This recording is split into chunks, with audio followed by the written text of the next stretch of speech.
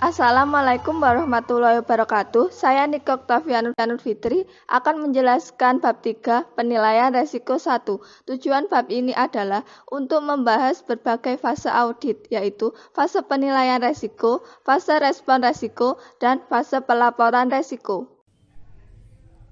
Yang pertama, tahapan audit. Tahapan audit terbagi menjadi 3 fase utama audit, yaitu 1. Fase penilaian resiko. ASA 300, perencanaan audit atas laporan keuangan mensyaratkan bahwa auditor merencanakan audit mereka dengan menilai resiko untuk mengurangi resiko audit ke tingkat rendah yang dapat diterima. Resiko audit adalah resiko bahwa auditor menyatakan opini audit yang tidak tepat ketika laporan keuangan salah saji secara material.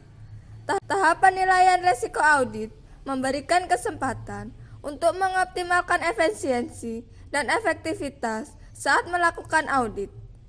Efisiensi mengacu pada jumlah waktu yang dihabiskan untuk mengumpulkan bukti audit, sedangkan efektivitas mengacu pada minimalisasi resiko audit.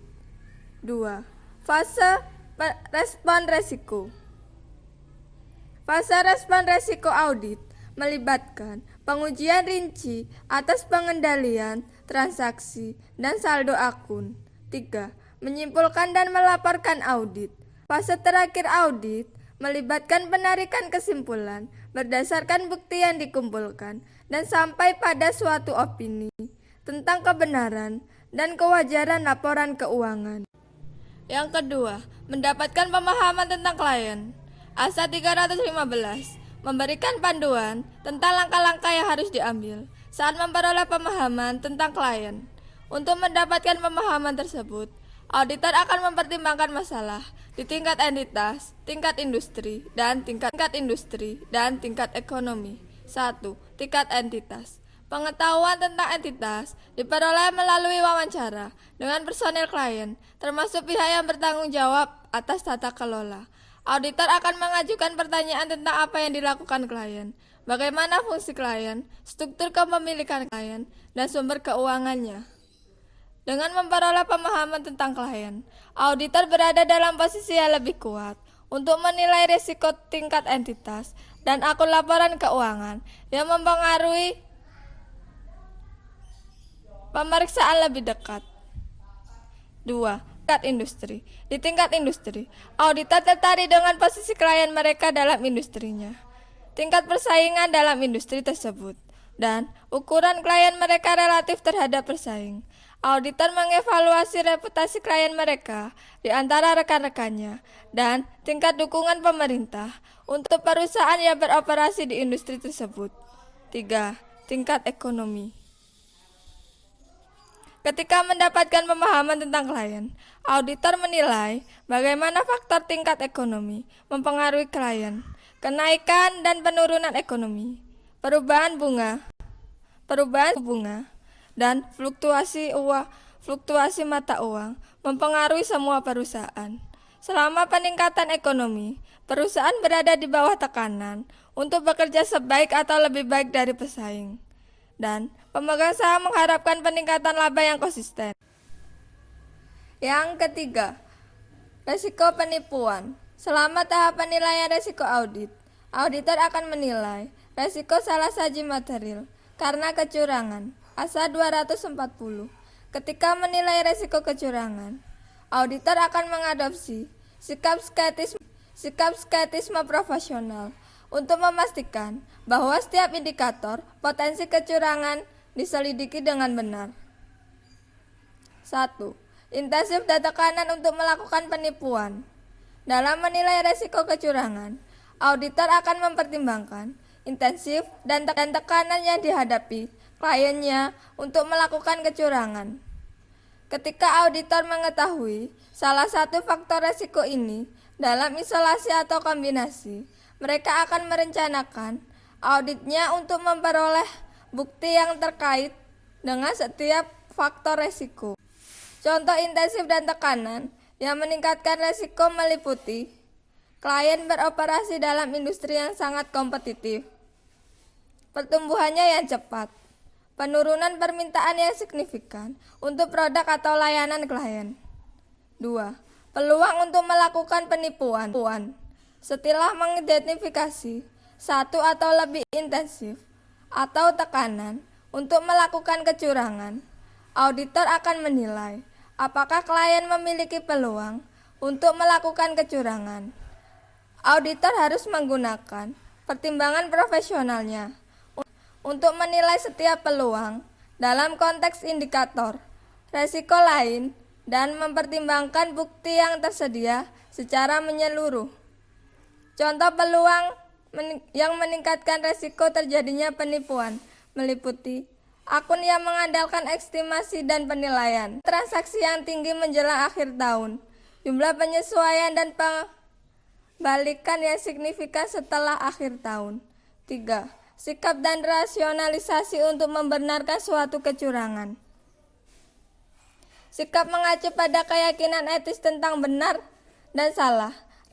Rasionalisasi mengacu pada kemampuan untuk membenarkan suatu tindakan. Contoh sikap dan rasionalisasi yang digunakan untuk membenarkan penipuan meliputi penerapan struktur pengendalian internal yang efektif tidak dipandang sebagai prioritas. Sikap yang buruk untuk mematuhi peraturan akuntansi. Rasionalisasi bahwa perusahaan lain membuat pilihan akuntansi yang tidak tepat. Yang keempat, menjalani perhatian. Selama setiap fase audit, auditor akan mempertimbangkan apakah tepat untuk mengasumsikan bahwa klien mereka akan tetap berkelanjutan. Asal 570. Yang pertama, konsep going concern indikator. Untuk setiap klien, auditor akan menggunakan pertimbangan profesional mereka untuk menilai apakah asumsi kelangsungan usaha valid. Ada sejumlah indikator yang sendiri atau gabungan dapat menunjukkan bahwa asumsi kelangsungan usaha mungkin beresiko. Indikatornya meliputi rasio hutang terhadap ekuitas yang signifikan, tertinggal dari pesaing, pinjaman jangka panjang yang akan jatuh tempo tanpa adanya pembiayaan alternatif, kerugian yang berkepanjangan. Jika auditor mengidentifikasi faktor resiko yang mengidentifikasikan bahwa asumsi kelangsungan usaha diragukan, mereka akan melakukan prosedur untuk mengumpulkan bukti mengenai setiap faktor resiko. Yang kedua, resiko going concern, faktor-faktor yang meringankan. Faktor-faktor yang meringankan mengurangi resiko bahwa asumsi kelangsungan usaha mungkin diragukan. Misalnya, jika klien mengalami kekurangan uang tunai yang parah, tetapi memiliki surat dari bank yang menyetujui untuk memberikan pembiayaan tambahan, surat tersebut mengurangi tetapi tidak menghilangkan resiko bahwa asumsi kelangsungan usaha mungkin tidak valid. Yang kelima, tata kelola perusahaan. Menurut ASIC, tata kelola perusahaan terdiri dari aturan, sistem, dan proses dalam perusahaan yang digunakan untuk memandu dan mengontrol. Struktur tata kelola digunakan untuk memantau tindakan staf dan menilai tingkat resiko yang dihadapi. Kontrol dirancang untuk mengurangi resiko yang teridentifikasi dan memastikan kelangsungan hidup perusahaan di masa depan. Yang keenam, teknologi informasi. Teknologi informasi adalah bagian dari sebagian besar proses akuntansi perusahaan yang meliputi inisiasi transaksi, pencatatan, pemrosesan, koreksi seperlunya, transfer ke buku besar, dan komplikasi laporan keuangan. ASA 315 mengharuskan auditor mendapatkan pemahaman tentang sistem teknologi informasi klien resiko yang terkait. Resiko yang terkait dengan teknologi informasi termasuk akses tidak sah ke komputer, perangkat lunak, dan data, kesalahan dalam program, kurangnya cadangan, dan hilangnya data. Akses tidak sah ke program komputer dapat mengakibatkan kesalahan penyajian dalam laporan keuangan. Akses dapat dibatasi dengan berbagai cara, termasuk melalui penggunaan keamanan seperti pintu terkunci dan kata sandi. Yang ketujuh, prosedur penutupan. Saat menyelesaikan laporan keuangan, klien akan menutup akunnya untuk periode keuangan. Dari perspektif audit, ada resiko bahwa prosedur penutupan klien tidak memadai. Auditor prihatin bahwa transaksi dan peristiwa telah dicatat dalam periode akuntansi yang benar.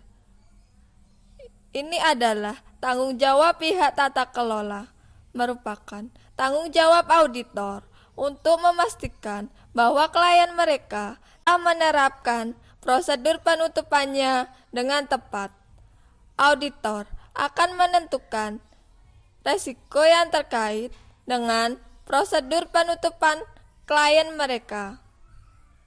Selain laporan keuangan tahunan, klien menyiapkan laporan keuangan bulanan, triwulan, atau setengah tahunan untuk keperluan internal dan eksternal.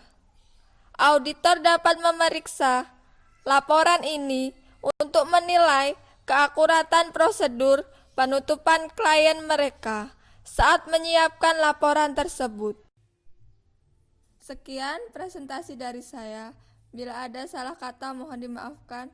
Terima kasih. Wassalamualaikum warahmatullahi wabarakatuh.